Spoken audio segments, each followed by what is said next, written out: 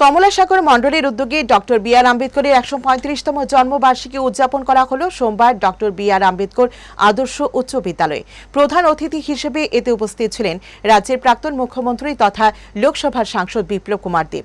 সঙ্গে ছিলেন কমলাসাগর বিধানসভা কেন্দ্রের বিধায়িকা অন্তরা সরকার দেব, বিশালগড় বিধানসভার বিধায়ক সুশান্ত দেব, ভারতীয় জনতা পার্টি সিপাহীজলা জেলার সভাপতি বিপ্লব চক্রবর্তী, সিপাহীজলার জেলার সভাধিপতি সুপ্রিয়া দাস দত্ত সহ বিশিষ্ট জনেরা।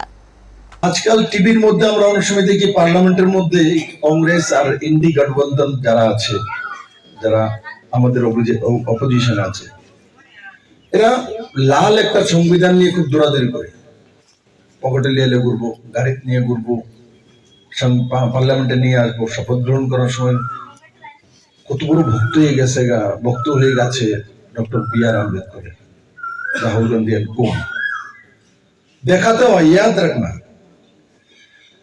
যাকে সংবিধান নিয়ে ঘুরে দেখাতে হয় তার মানে সে সংবিধান একদম মানে না, নটঙ্কি। যে মানে তার ব্যবহারে প্রমাণিত। সঠিক কথা বলেছি। যে না মানবে সে নাটক করার জন্য এটা লয়ে ঘুরবে। দেখবেন যে নিজের মারে ভালোবাসে না, মার ছবিটা বাড়ির সামনে বড় করে লাগায় রাখবে।